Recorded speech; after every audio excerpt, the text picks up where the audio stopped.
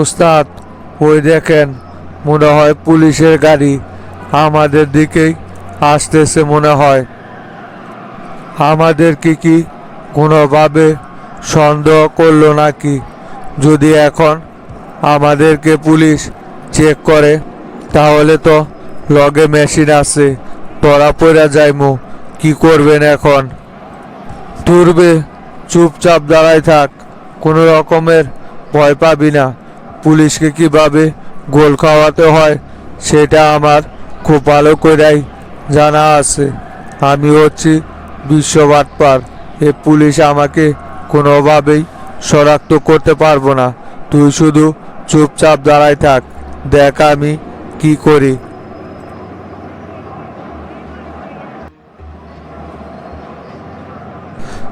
আপনারা দুইজনকে এত রাইতে শামসু স্যারের বাড়ির আশেপাশে ঘোরাঘুরি করতেছেন কেন?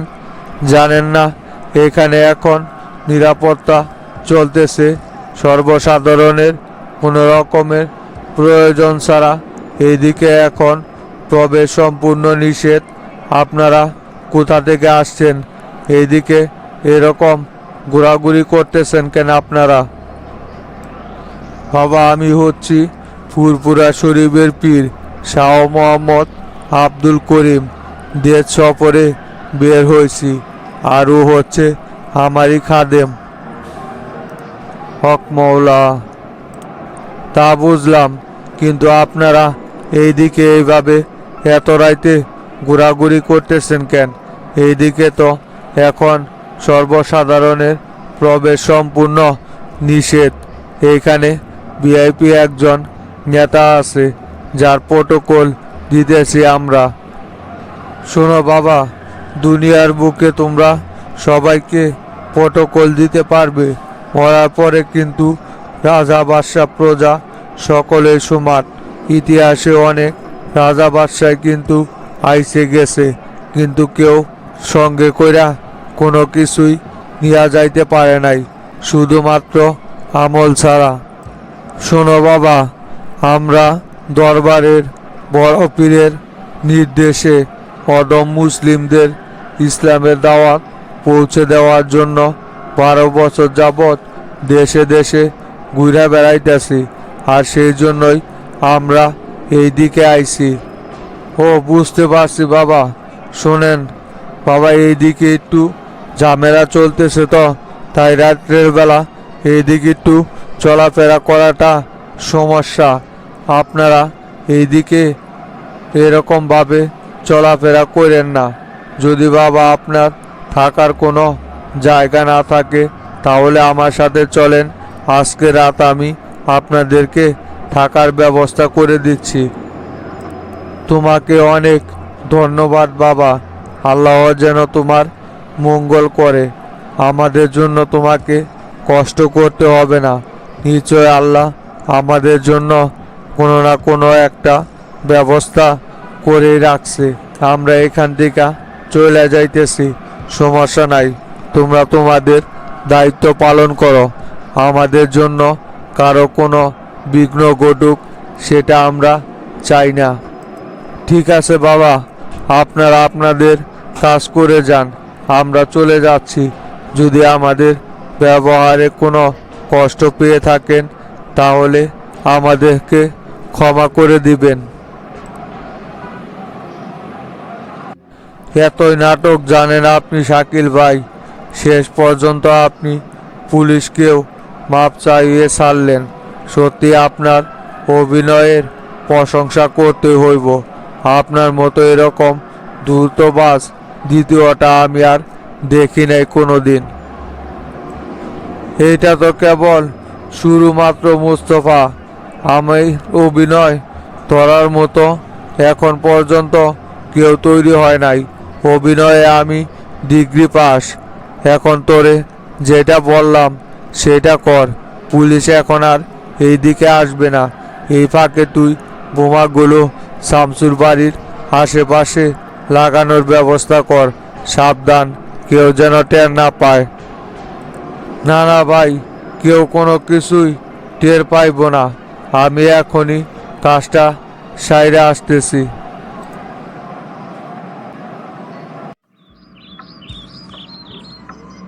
কিরে গুরু, কি হয়েছে তোর?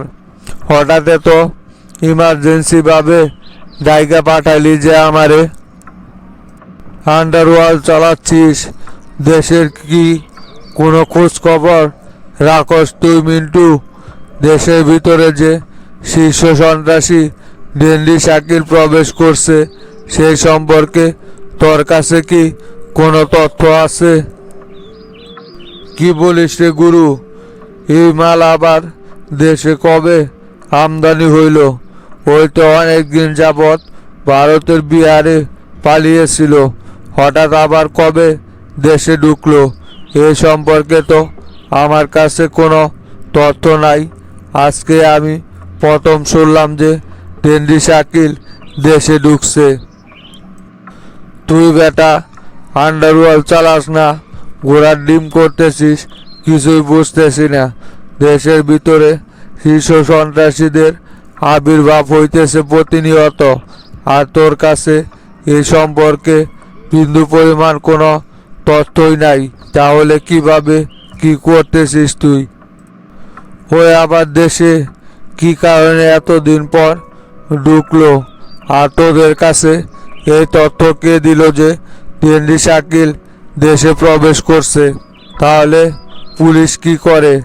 এরকম শীর্ষ সন্ত্রাসী দেশে ঢুকছে তথ্য পাওয়ার পরেও ওরে পুলিশ গ্রেপ্তার করতেছে না কেন? কিছুদিন আগে যে শামসু ভাই অভিযান চালিয়ে আইজিকে গ্রেপ্তার করে, সেই জায়গায় আমার সাথে আইজির গ্রুপের একটি গোলাগুলি হয়।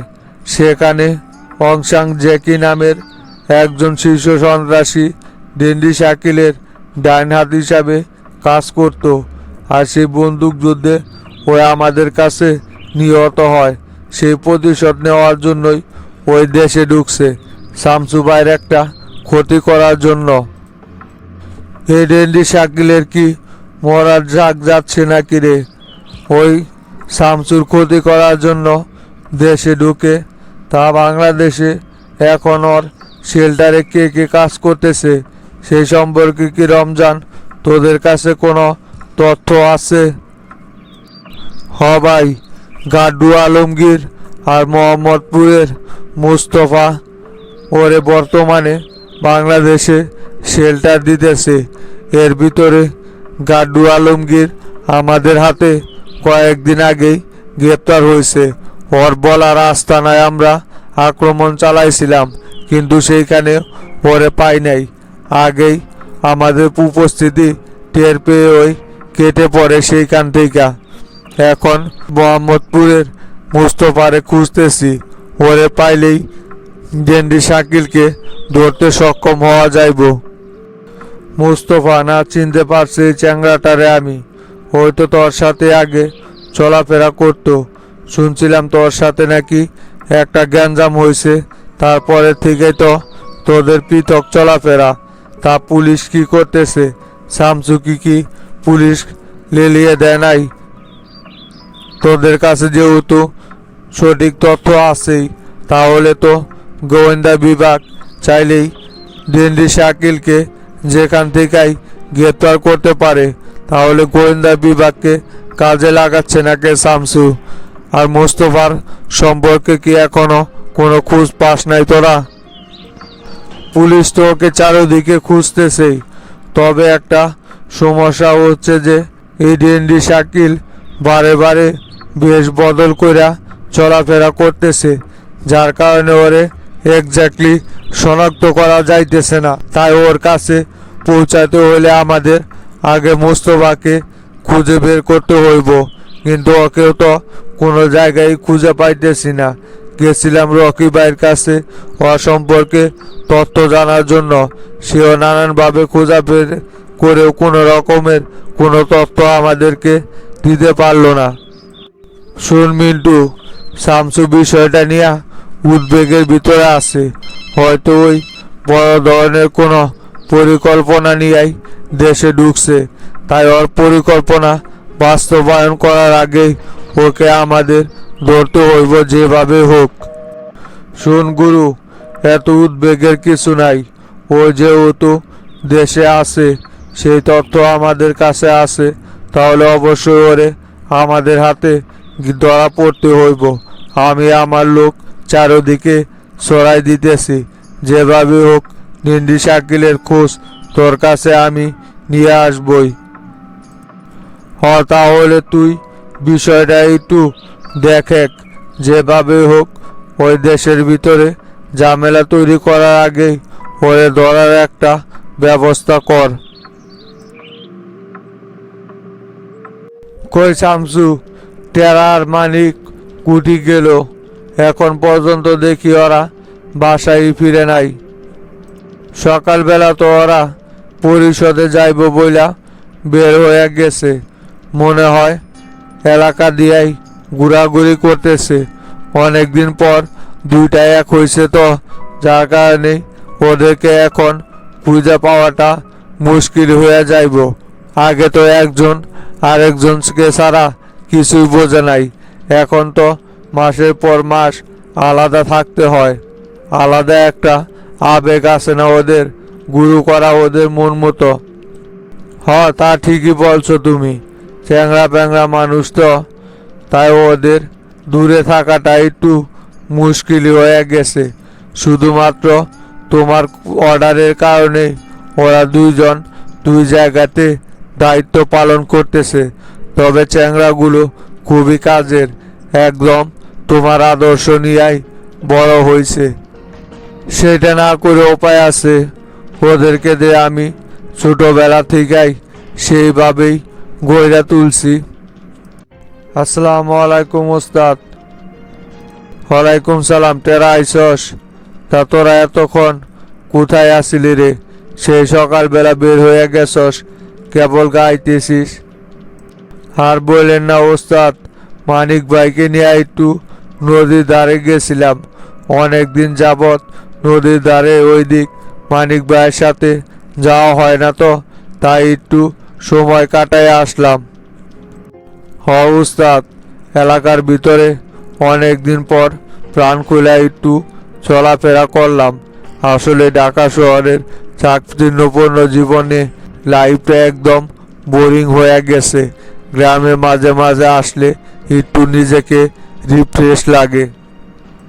গ্রাম তো গ্রামই রে মানিক, গ্রামের মজা কি তুই আর ঢাকা শহরে পাবি? শুনে টেরা, যেখানে ঘুরিস একটু সাবধানে থাকিস, যাতে কোনো ঝামেলা না হয়। সাবধানের তো মায়ের নেই, সাবধানতা অবলম্বন করেই চলতে হইব। না না চাচা, সমস্যা নাই। ওইবার ঝামেলা করছিল দেখে কি প্রতিবারই ঝামেলা করতে পারবো? ওইবার তো কোনো কিছু বুঝতে পারছিলাম না যে এরকম কোনো একটা ঘটনা ঘটতে পারে, তাই ওই দুর্ঘটনাটা হয়ে গেছিল। যা তাইলে তোরা ভিতরে গিয়ে ফ্রেশ হ।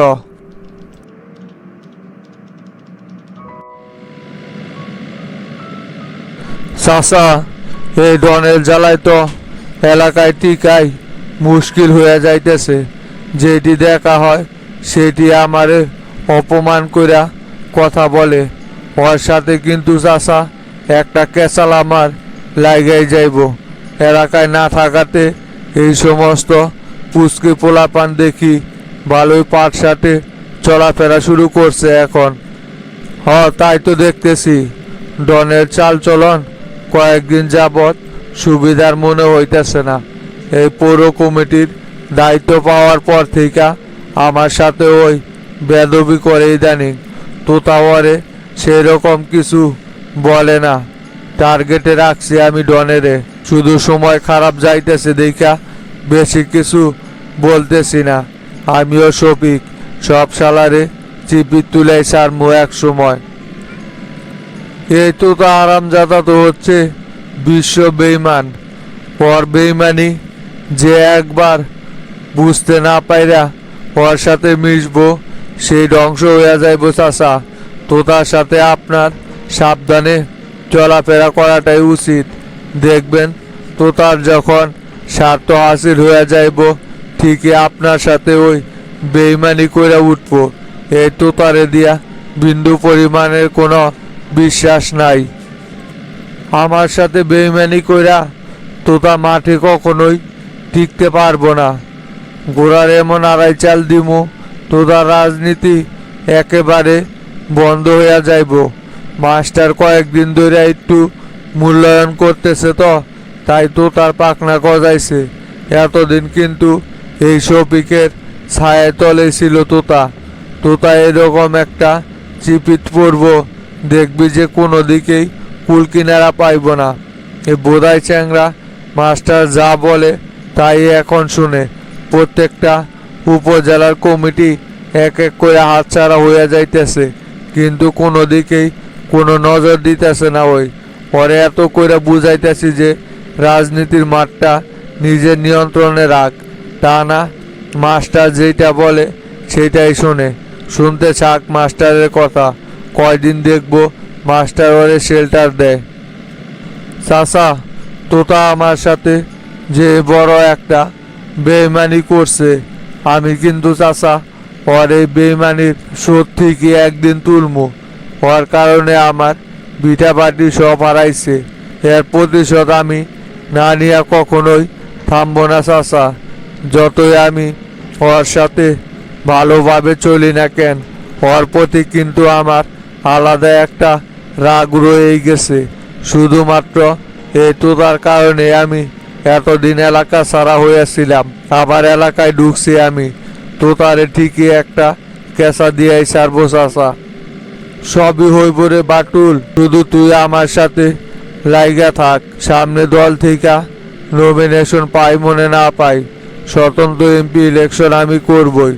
দুইজনে মিলা যদি মাঠটা কোনোভাবে ধরে নিতে পারি, তাহলে এমপি হওয়া আর কেউ আমাদের ঠেকাইতে পারবো না।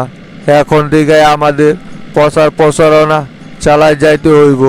শামসু আর আশা কইরা কোনো লাভ নাই। যত যাই হয়ে যাক, শামসু আমাকে নমিনেশন দিবে না। মাস্টার ব্যতীত অন্য কেউ যে নমিনেশন পাবো না, এটাতে 100% শিওর থাক। শামসু এত কাঁচা মাথার খেলোয়াড় না। যত গুরুত্বপূর্ণ জায়গা আছে সবগুলোতেই শামসু তার নিজস্ব লোকদেরকেই বসাই দিব। এই তোতা হুদাতালে ওদের সাথে ঘুরতেছে, পরে যখন লাথি দিব তখন বুঝতে পারবো। তাছাড়া আপনি যে স্বতন্ত্র থেকে নির্বাচন করতে চাইতেছেন, কেন্দ্রীয় কোনো নেতার সাথে কি এই বিষয়ে আলোচনা করছিলেন? স্বতন্ত্র নির্বাচন করলে তো দল থেকে আপনারে বহিষ্কার করার সম্ভাবনা আছে। তাই কেন্দ্রে যদি ঠিক রাখতে পারেন তাহলে কিন্তু এই ভয়টা থাকবো না। কেন্দ্রের কোনো উচ্চ মাপের নেতার সাথে একটু পরামর্শ করে নিয়েন, তাতে ভালো হইব বিষয়টা। এই ঘাট আগেই বাইন্দা নিছি বাটুল। মোল্লা গ্রুপের যত নেতা কর্মী আছে সবাই আমার পক্ষে আছে। শুধু পক্ষে না, নির্বাচন করার জন্য যে টাকা পয়সা খরচ হইব সেটা ওনারাই বহন করব। শুধু বগুড়া থেকে আমাকে নির্বাচিত হইতে হইব। আর একটা কথা মনে রাখিস, শামসুদ্দোর কিন্তু আর বেশি দিন নাই। অচিরেই মোল্লা গ্রুপ জামিনে বের হয়ে আসবো। আর মোল্লা গ্রুপ যদি জামিনে বের হয়ে আসে, জনতা পার্টিতে শামসুর মূল্যায়ন এখনকার মতো আর থাকবে না। চাচা, মোল্লা গ্রুপ যদি জামিনে বের হয়ে আসতে পারে তাহলে জনতা পার্টিতে শামসুর গ্রহণযোগ্যতা অনেকটাই কমে যাইব। আমিও শুনছি যে জনতা পার্টির অনেক সিনিয়র নেতাবৃন্দুরা শামসুর নেতৃত্ব এখনো মাইনে নিতে পারে নাই। তাছাড়া এখন কোনটি যাইবেন, বাসার দিকে না অন্য কোনো জায়গায় কাজ আছে? না না, এখনই বাসায় ঢুকবো না। তুই উত্তরপাড়া যুব সংঘ ক্লাবে যা, ওইখানে ওদেরকে নিয়ে একটা আলোচনায় বসবো।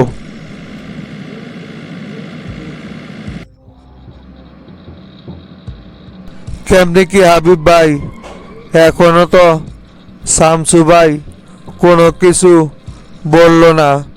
তাহলে নমিনেশন কাকে দিতেছে এবার, সেই সম্পর্কে কি কোনো কিছু জানতে পারলেন নাকি? নমিনেশন কি আমরা কোনোভাবে পাইবো হাবিব ভাই? শামসুর কাছ থেকে কি কোনো রকমের কোনো গ্রিন সিগন্যাল পাইছেন নাকি? না রে জাহাঙ্গীর, শামসুর মতলব কোনো কিছুই বুঝতে পারতেছি না। শামসু যে কি করবে সেটা বলা বড়ই মুশকিল। বগুড়ার যত এমপি প্রার্থী আছে সকলকে ডাইকা ডাইকা আলাদাভাবে সকলের সাথেই আলোচনা করতেছে। এখন কাকে যে নমিনেশন দিব সেটা বোঝা বড় মুশকিল হয়ে গেছে।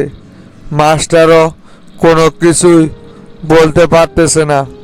দেখা যাক, আজকে আবার আমাদের সকলকে শামসুর অফিসে তলব করছে। দেখি সেইখানে শামসু কোনো আলোচনা তোলে নাকি। ভাই, যদি কোনোভাবে নমিনেশনটা হাতছাড়া হয়ে যায় তাহলে তো আমাদের রাজনীতি অনেকটাই পিছিয়ে যাবে। পথ ছাড়া ভাই কোনো জায়গায় তো কেউ দাম দেয় না। এইদিকে আমি আমাদের নেতাকর্মী সকলকেই বইলা রাখছি যে এবার শিউর হাবিব ভাই নমিনেশন পাইতেছে। ভাই যেভাবে হোক নমিনেশনটা যেন হাত ছাড়া না হয় সেই দিকে নজর রাখেন। তুই আবার আগেই আগ বাড়াইয়া নেতা কর্মীদেরকে কথা দিয়ে রাখছস কেন? শামসুর মতি গতি কি কোনো কিছু বোঝা যায় নাকি যে কেউ রে যে কোনো সময় নমিনেশন দিতে পারে? শামসুর কথার আগাগোড়া কোনো কিছুই বুঝতে পারতেছি না। এইদিকে আবার তো তাও নতুন কইরা এমপি পদে নমিনেশন পাওয়ার জন্য শামসুর কাছে আগ্রহ দেখাইছে। আর তার মধ্যে মাস্টার আর শফিক তো আছেই। এই মাস্টার রে কতবার বললাম, তুমি যদি বগুড়া চাইরের থেকে নমিনেশন নিতে চাও তাহলে বলো, আমি বগুড়া পাসের জন্য আবেদন করি। কোনো কিছুই তো মাস্টারও বলল না আমারে। কি যে করি কিছুই বুঝতেছি না। কি বলেন হাবিব ভাই? তোতা আবার ক্যান্ডিডেট হইতেছে মানে? তোতা না এতদিন শফিকের দালালি করে বেড়াইলো, ওরে আবার শফিকরে রাইখা কোন হিসাবে নমিনেশনের জন্য আবেদন করতেছে? তাহলে শফিক আর ওর মধ্যকারের সম্পর্কটা তো নষ্ট হয়ে যাইব হাবিব ভাই। না ওদের ভিতরে কোনো রকমের কোনো ঝামেলা হয়েছে? তো তা তো নমিনেশন চাওয়ার মতো কোনো পরিকল্পনা ছিল না। ও আবার হঠাৎ করে নমিনেশন চাইতেছে কেন? দেখেন ভাই, যাই হোক না কেন কোনোভাবেই যেন তোতা বা শফিক ওদের দুইজনের কেউ নমিনেশন না পায় সেই দিকে লক্ষ্য রাখবেন। ওরা নমিনেশন পাইলে কিন্তু আমাদের রাজনীতি পুরাটাই নষ্ট হয়ে যাব। সেইটা কি আমি আর বলতে পারবো রে জাহাঙ্গীর? শামসু যদি যোগ্য প্রার্থী মনে করে তাহলে তো অবশ্যই নমিনেশন দিতে পারে, এতে কোনো সন্দেহ নাই। তবে শামসু যে পক্ষপাতিত্ব কইরা কাউরে পদ দিব না সে ব্যাপারে আমি নিশ্চিত। আর শফিকও নমিনেশন পাইব না এতেও নিশ্চিত থাক। সমস্যা হচ্ছে এখন তো তার মাস্টার। এদের দুইজনের ভিতরের যে কেউ নমিনেশন পাওয়ার মতো যোগ্যতা রাখে। তবে শোনেক, তোর এখন থেকে তো তার শফিকের পিছনে একটু নজর রাখতে হইব। মনে হয় ওদের ভিতরে কোনো না কোনো একটা ঝামেলা হয়েছে যার কারণে দুইজন এখন আলাদা হয়ে গেছে। এটা খুঁজে বের করতে হবে। আচ্ছা ঠিক আছে, দেখি আমি ওদের থেকে কোনো তথ্য বের করতে পারি কিনা। যদি কোনো তথ্য বের করতে পারি তাহলে অবশ্যই বিষয়টা আপনারে জানাইবো। আর বাটুল যে দেখলাম এলাকায় ঢুকছে, আপনি যে বাটুলের সাথে বাটুলকে দেখা করতে বলছিলেন। বাটুল তো আপনার সাথে দেখা করতে আসলো না। নিশ্চয় ভাই শফিক কিন্তু বাটুলকে দিয়া কোনো রকমের পরিকল্পনা সাজায় তারপর বাটুলরে এলাকায় ঢুকাইছে। বাটুলে আর শফিকের দিকেও নজর রাখতে হইব। ইশালা বাটুল কিন্তু খুবই দ্রুতবাজ লোক।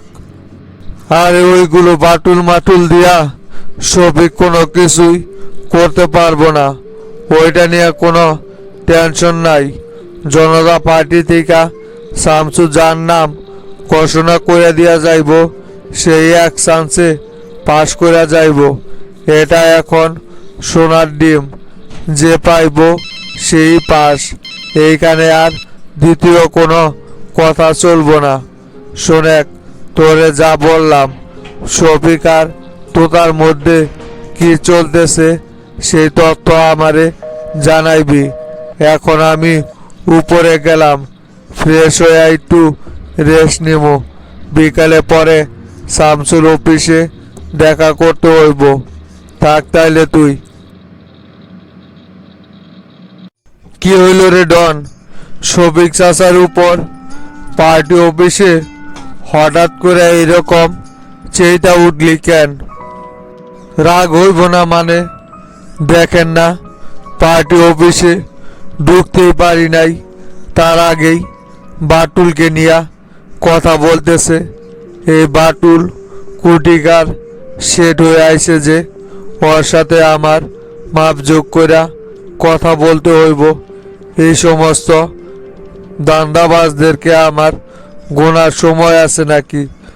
একটা কথা আপনারে বলে দিতেছি তোতা ভাই, এই বাটুল যদি আমার সাথে কোনো রকমের মার্কেটিং করে তাহলে কিন্তু ওই আমার হাতে যে কোনো দিন মার খাইতে পারে। শফিক চাচারে বইলা দিবেন বাটুল যাতে আমার সাথে কোনো রকমের বেয়াদবি না করে। ওর কথাবার্তার সাইজ কিন্তু একদম ভালো না, শুনলে আমার গা গরম হইয়া যায়। আরে না, কোনো রকমের গ্যাঞ্জাম করা যাইব না এখন। বাটুলের সাথে তোর কথা বলার কোনো দরকার নাই। ওরা যা পারে করুক, ওরা দেখবি নিজেদের ফাঁদে নিজেরে পা দিব। এই শফিক চাচার দৌড়ানি আর বেশি দিন নাই। নমিনেশনটা ঘোষণা করুক, তারপরে দেখবি এমনিতেই পোতায়া যাইব। আরও বলতেছে স্বতন্ত্র থেকে নাকি নির্বাচন করব। এতদিন তাও দলের নাম ভাঙাইয়া বিভিন্ন জায়গায় বিভিন্ন রকমের সুবিধা পাইয়া আইছে। এখন যদি স্বতন্ত্র প্রার্থীতে দাঁড়ায় না, সেই সুযোগটাও হারাইব। স্বতন্ত্র প্রার্থী যেই হোক না কেন দল থেকে তারে বহিষ্কার করবই। ঠিকই বলছেন। শেষ বয়সে আইসা যেটুক মান সম্মান বাকি ছিল সেটাও এবার নির্বাচনে হারাইব। এই ফালতু লোক যদি নির্বাচনে দাঁড়ায় তাহলে দল থেকেই হোক আর স্বতন্ত্রই হোক, এই লোকেরে বগুড়া 4 আসনের কেউই ভোট প্রদান করব না। যে রকমের দুর্নীতি কইরা বেড়ায়, এর ভোট দিব কে? মাত্র বছর খানেকের জন্য এমপি হয়েছিল, তাতেই বগুড়ার যে অবস্থা কইরা ফেলাইছিল। যদি 5 বছর কোনোভাবে এমপি হইতে পারে তাহলে তো পুরো বগুড়া শহরই বেচা খায়া ফেলাইব। এই সমস্ত ফালতু লোকদের কি দল কখনোই নমিনেশন দিব? সেটা কোনোদিনও সম্ভব না। শামসু ভাই এত পাগল হয় নাই। এই লোকেরে এত কইরা বুঝাইলাম, তারপরেও আমার কথা বিন্দু পরিমাণ কানে নিল না। এই লোকের মাথায় এখন ভূত চাপছে। কেন্দ্র থেকে মনে হয় কারা যেন উস্কানি দিয়া দিছে, আর সেটা শুনাই ফাল পারতেছে। শামসুর সাথে যে এখন কোনো রকমের বাজায়া রাজনীতি করা যাইব না সেটা কোনোভাবেই বুঝতে চাইতেছে না। জনতা পার্টি মানে এখন কোবা শামসু। প্রেসিডেন্ট পর্যন্ত শামসুর কথার উপর কথা বলে না, সেইখানে আবার আমরা তো অনেক দূরের কথা। মোল্লা গ্রুপের হইয়া বর্তমানে শামসুর বিপক্ষে গিয়ে যারা রাজনীতি করবে তাদেরই ভবিষ্যৎ অন্ধকার। বুঝতে পারবো কয়েকটা দিন যাক। তা কেমনে কি তোতা ভাই, এই কয়দিনে শামসু ভাইয়ের সাথে আলোচনা কইরা কি বুঝতে পারলেন? নমিনেশন তাহলে কে পাইতেছে? কার নমিনেশন পাওয়ার সম্ভাবনা বেশি একটু, হাবিব মাস্টার নাকি আপনি? শামসু ভাই তো এখন পর্যন্ত ক্লিয়ার কইরা কারণ আমি ঘোষণা করলো না। বগুড়ার সকল নেতাকর্মী তো এ একটা ঘোষণার জন্যই অপেক্ষা করতেছে যে আগামীতে কে বগুড়া 4 আসন থেকে এমপি পদে লড়তে যাচ্ছে। আর আপনি যে শামসু ভাইয়ের কাছে নমিনেশন পাওয়ার প্রত্যাশা করছেন, সেই সম্পর্কে কি কোনো কিছু বুঝতেছেন? শামসু ভাই কি আপনাকে নমিনেশন দিতে পারে? না রে ডন, সেটা তো কোনোভাবেই বোঝা যাচ্ছে না। শামসু ভাই তো সকলকেই একই রকমের ফেসিলিটি দিতেছে, সবার সাথেই আলাদাভাবে আলোচনা করতেছে। মনে হয় এবার বগুড়া 4 আসন নিয়ে একটা চমকপ্রদ ঘটনা ঘটতে চলতেছে। কে যে নমিনেশন পাইব সেই সম্পর্কে কেউ এখন পর্যন্ত কোনো কিছুই বলতে পারতেছে না।